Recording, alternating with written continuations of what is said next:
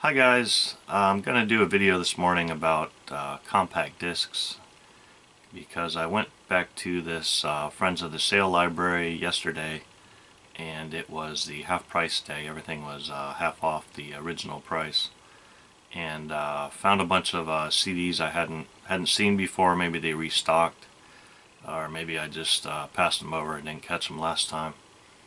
And I'm going to start with some discs that I've actually had for quite a while, for a number of years. And in my little listening room here, which was also my home office at one point, I've got a file cabinet, and I've had a bunch of crap just piled up on this thing, and hadn't really cleaned it. And among the stuff were a couple of CDs. My cat hopped up there the other day and just knocked everything off the top. But it's kind of a good thing because it forced me to look at these CDs I had up there. I think I put it up there because I was thinking of taking them to a thrift store and just dumping them, but on reevaluating, kind of thinking about it, I'm definitely going to save these. One of them is it's called the Dolphin Brothers, which is a couple guys from the band Japan, famous kind of new wave, new romantic band out of the UK. This is called Catch the Fall. It's on Virgin, I guess Virgin UK. But it's Steve Jansen, the drummer, who's also the brother of David Sylvian. And their real last name is, I think, Bat. But they both changed their names. They probably didn't like that name. I don't know. And then the keyboardist is Richard Barbieri. So there's Barbieri, and there's Steve Jansen. But of course, probably most people know Richard Barbieri now. He's the keyboardist in Porcupine Tree. But this came out in 1987, which was about, let's see, I think the last Japan album was like 81, so about 6 years after that. And then in like 1991, they kind of reformed the band Japan, but under the name Rain Tree Crow. Put out a pretty good CD. But so this is before that, and it's about the same time that David Sylvian put out an album called Secrets of the Beehive in 87. And 86 he put out an album called Gone to Earth, which had like Robert Fripp and Bill Nelson playing guitar on it. Really good album. So this is kind of their turn. And Steve Jansen sings on this one, and he sounds like super close to his brother David Sylvian on this. I think the reason I was going to get rid of this was something about his voice just kind of bothered me. He sounds close to David Sylvian, but not quite as good. But listening to it now, just a little bit ago, I really liked it. So definitely keeping that one. And it's got like got some session musicians rounding out the sounds. Got David Rhodes, who was the guitarist in Peter Gabriel's band back in the 80s and beyond, probably. I don't know if he's still with him. And then the other CD I found, I think I picked this up at a used CD store here in town. It's Psychic TV, Genesis P. Orridge, Force the Hands of Chance. And yeah, it's a 2 CD set. I looked it up on Discogs. I guess it's an unofficial release, it says. Whatever that means. But a little 2 CD set. And one of these little funky flip out jewel cases that's, destined to crack and fall apart on you after you open it 3 or 4 times. But I looked up on Discogs, and the prices for this thing, there's like 4 listings, are from like $30 to 60 something, which is crazy. So I'll definitely give it another listen. Maybe sell it online if it doesn't do anything for me. But I was just going to give this away to a thrift store. I don't know a whole lot about the whole Psychic TV, Genesis P. Orridge thing. I do know that one of the guys from Coil is on this, Sleazy Christofferson. So I'll give it another shot. I used to be a lot more picky about music, more limited in what I would accept, what I'd listen to, and more closed-minded, so I find a lot of stuff I didn't like vocal jazz and 50s jazz. I'm really getting into that I just never could deal with before, and like string arrangements behind jazz, things like that. So a lot of stuff I'm reevaluating, finding I'm really liking. And then I want to show a couple things. I think I showed these before from the last Friends of the Library sale. I don't know if I did a video of that. But I picked up some, that was 6 months ago, I picked up a bunch of CDs then. And among them were some early CD pressings from, I guess, the mid-late 80s. And the reason I picked them up is with all the like the remastered CDs coming out, a lot of them are really over-compressed sonically, you know, where they make the quiet stuff louder, and they, you know, it's kind of done for people wearing earbuds or listening in the car, so you can hear every little detail. But you know, the problem with that is you get the ear fatigue over a while. It's just like la la la loud in your ear constantly. And I always, you know, there's always this talk about the loudness war online and trying to explain what the difference is. To me, it's kind of like when you watch TV. Most of your normal like TV channels, the big networks, everything is compressed, the sound. You know, so there's nothing you're gonna miss. But if all of a sudden you flip over to HBO and you're watching a movie, you'll find yourself cranking up the volume when people are whispering in the bedroom and they're talking quiet. And then all of a sudden there's a loud car crash. It's the same kind of thing, you know. That has a wide dynamic range. But if they replayed that movie on network TV, guess what they do? They compress the sound, so the quiet stuff is louder and the louder stuff is quieter. And it's the same thing with CDs. They're just compressing everything now. So anything that was quiet, they make louder because, you know, people listening on cheap earbuds or listening in their car, they think that, you know, that's the solution. Whereas to me, and I think a lot of people agree, the solution is in the hardware. You know, you just put a setting in the iPod or in your car stereo to compress the sound. And actually I had a car, and the factory car stereo in it had a button where you could hit compress, and it would do the same thing. It would compress the sound, make the quiet stuff louder, the louder stuff quieter, so everything was more even. So if you're driving along with the windows down or on a noisy highway, a stretch of highway, you can actually hear all the detailed quiet stuff. But these are a couple of early CD pressings. You can always tell they're early ones because they have this, they call it a SPARS code. You know, the AAD, ADD, DDD. And that came out, I guess, about, I think, in the mid-late 80s. And then they got rid of it pretty much about 91. But it's kind of the mastering chain. It's whether it's analog or digital. The first one is the source. So if it's an A, it's an analog source, a tape. If it's D, it's a digital source. They record it digitally.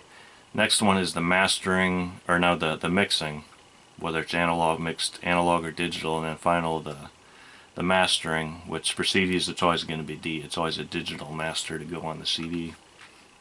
And then the Rush one too, it's the same thing. It's got that SPARS code up there. So you won't see that on newer issues.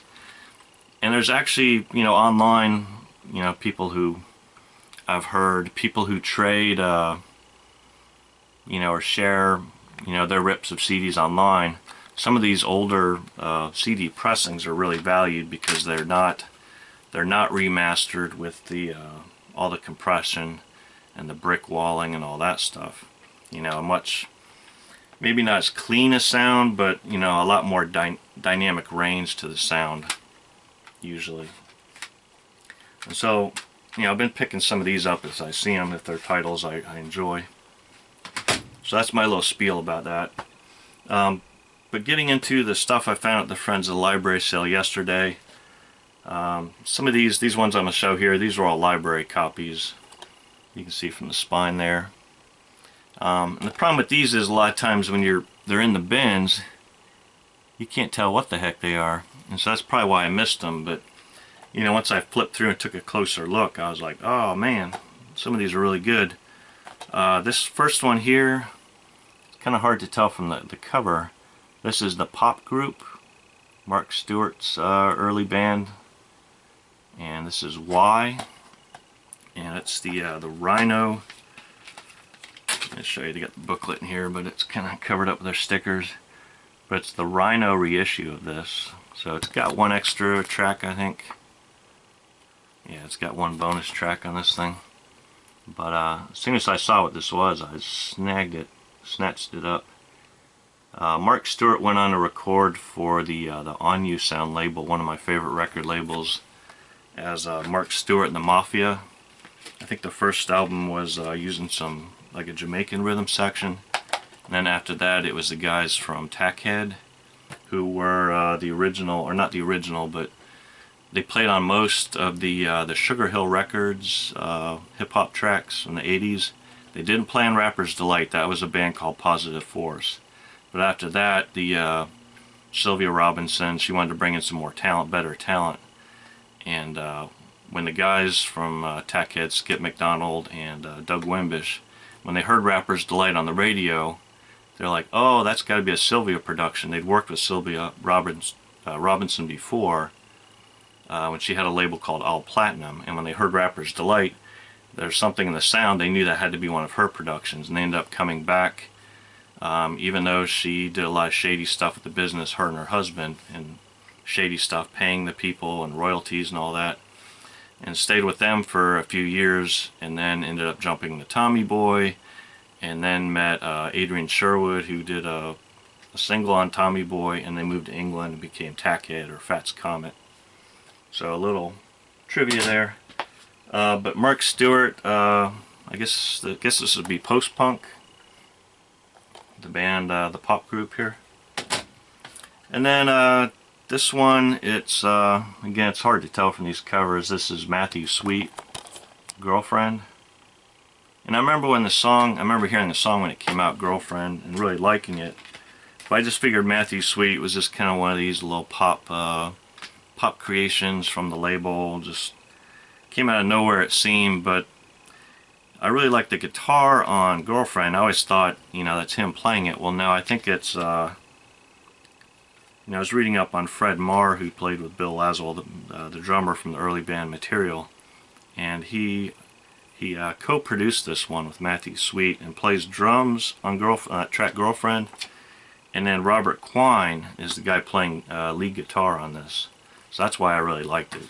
Robert Quine is an incredible guitarist, or was. I think he committed suicide. I think it was Robert Quine. Yeah. And I think Lloyd Cole's another one that plays on this. So that was cool to pick that up. Another library copy, Laurie Anderson. I think this, it looks like they took a digipack and butchered it to have some kind of insert for this thing, but I think it says live at Town Hall, New York City, September 19th through 20-something, 2001. So just like a week and a half after September 11th. And of course, you know, she kind of makes mention of that. I gave it a quick listen in the car the other day. Makes mention of that in the very first track. So that must have been kind of eerie, playing so soon after September 11th. But you know, I've always kind of been iffy about Laurie Anderson. I really like her conceptual type stuff, but sometimes her I don't know, her way of kind of talking through the music kind of bothers me. But like I said, I'm getting more open-minded. I'm starting to really enjoy this.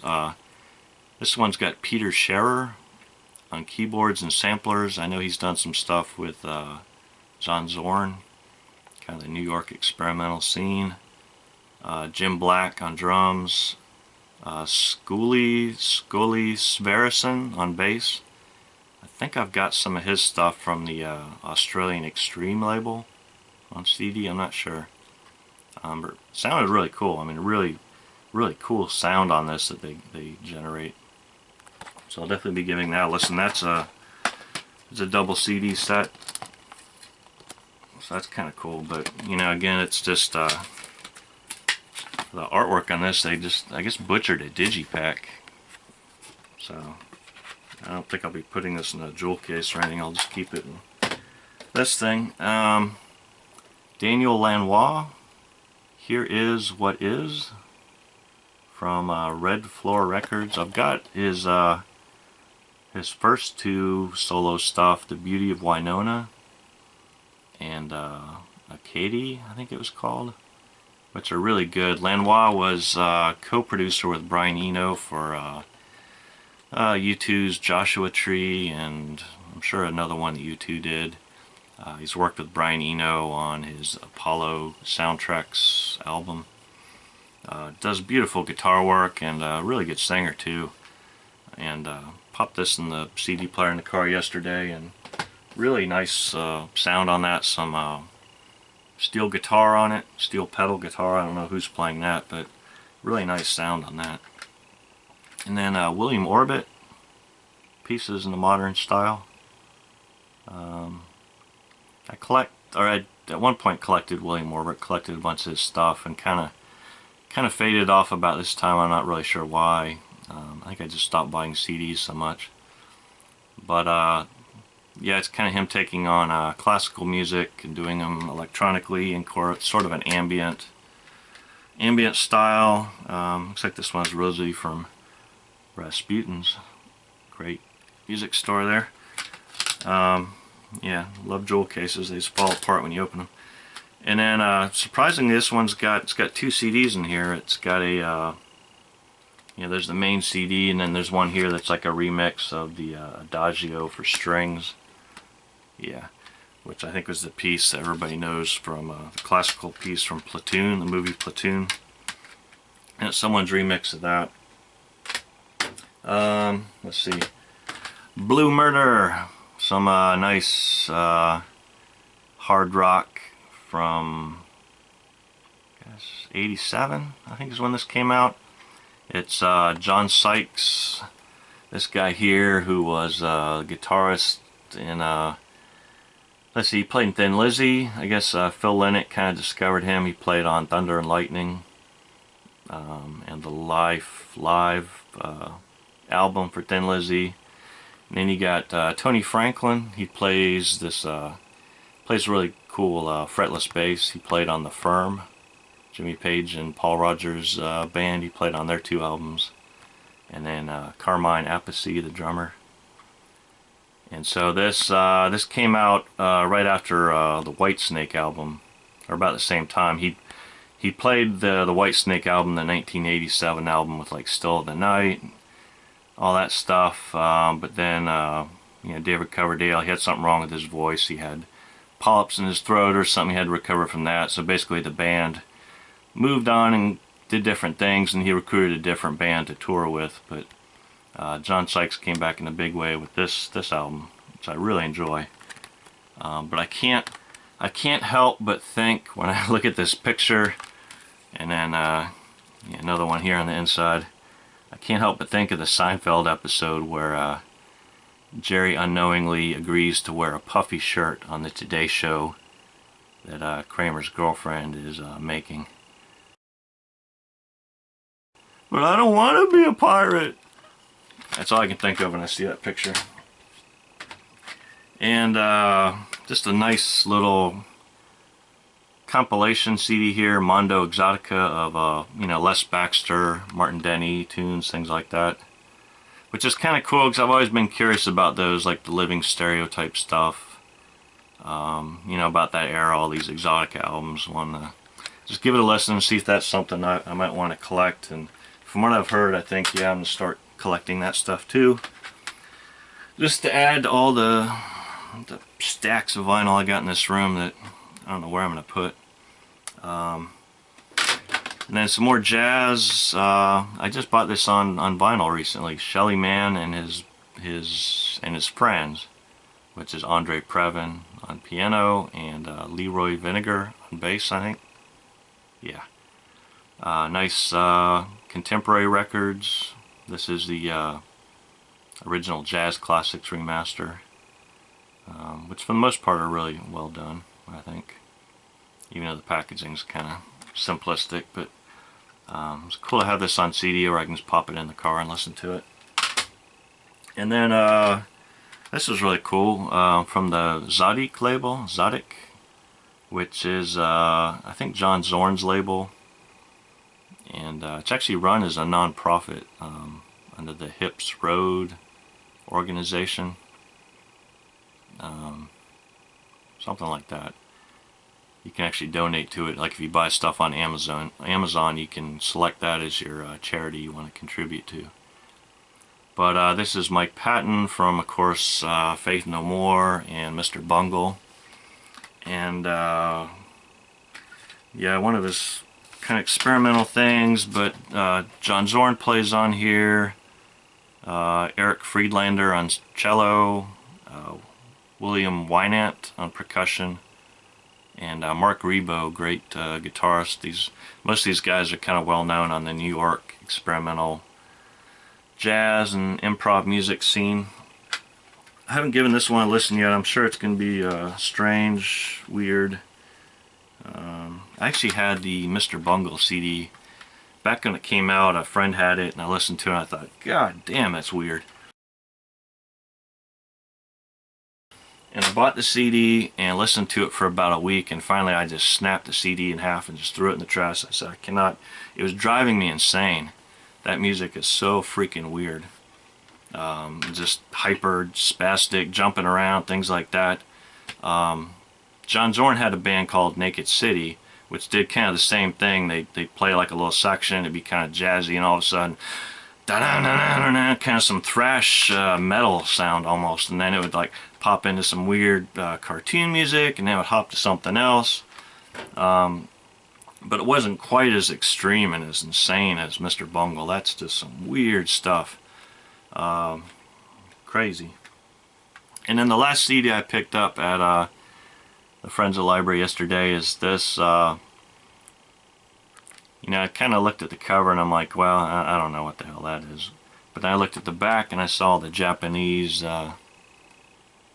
writing and stuff. It's a BMG Japan issue of something, so I'm like, well, I'll give it a shot. You know, if they're willing to reissue something, you know, when you open it up and look at the booklet, you can see this was something that would have come out in the 50s or early 60s. You got the little console there, and so that's a reproduction of the original back of the LP. So I'm like, I'll give it a shot. You know, these Japanese reissues are always kind of interesting. And it's kind of a space age, easy listening type thing, kind of jazzy music, and then the wordless vocals, his choir, kind of interesting stuff. But Japanese pressing, and I'm going to talk a little bit here about Japanese CDs, because I pick them up whenever I see them at the prices right, because they're just kind of interesting. Here's an early one. This is from 85. This is Toshinori Kondo, Japanese jazz trumpet player here with his band IMA. It's called Metal Position. And the Japanese CDs usually come with an obi strip originally. Usually they're paper. This one actually happens to be a sticker on the album here. But you know, it's got the title in Japanese, and then the back usually it's got some info about the price and when it was released. This one's kind of hard to see. Let's see. Here, I'll show this one. This is a Emerson, Lake and Palmer, kind of the mini LP style release. But the obi that comes with that, yeah, it tells you a little bit about their remastering. They used the 20-bit K2 JVC's, Victor Japan's method here. And down at the bottom here you'll see a couple dates. And what that is, the top date is the year or the date it was released in Japan. So it says like 05, and it's got the month and the day. That was the day it was released in Japan, and below it is the date of initial release worldwide. So that probably would have been in the UK, and it's 71/5/20. So May 20th, 1971 is when it was originally released. And then there'll be a couple other codes. There's a Y. There's a Y in a circle, and the Y means it uses a master of foreign source, which means they got the master tapes from England, presumably, the original master tapes to remaster this. If there's no Y, that probably means they used the Japanese master, the copy of the original master. And then there's another date, I don't have my glasses on, this is kind of hard, it's 06/3/27, which I think, reading up on these, I think that's the date.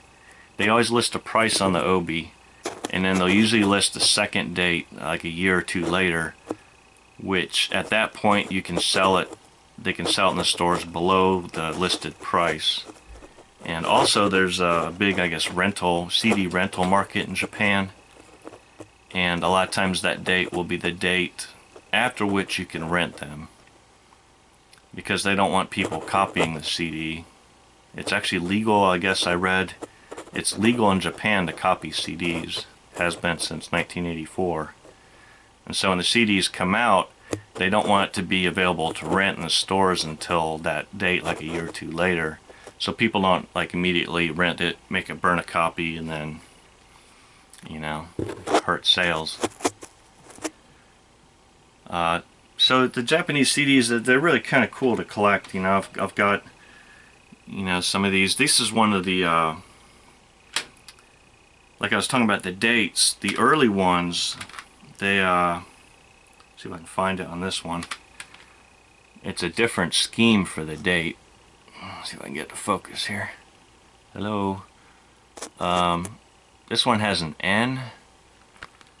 N925, and for the first, like, I don't know, 10 years or so, or less than that maybe, they used a letter instead of a number, instead of the year number. And that comes from a, it's Nihon record, I think. So the N is the first year, that was 1984. If it's an I, that's the second year, that's 1985. If it's an H, it's the third year, that's 1986, and so on. The second N in Nihon, which means Japan, is disregarded because it's a repeating letter. And I'll put a link in the description to a web page someone posted online, kind of a breakdown of what all the obi stuff means.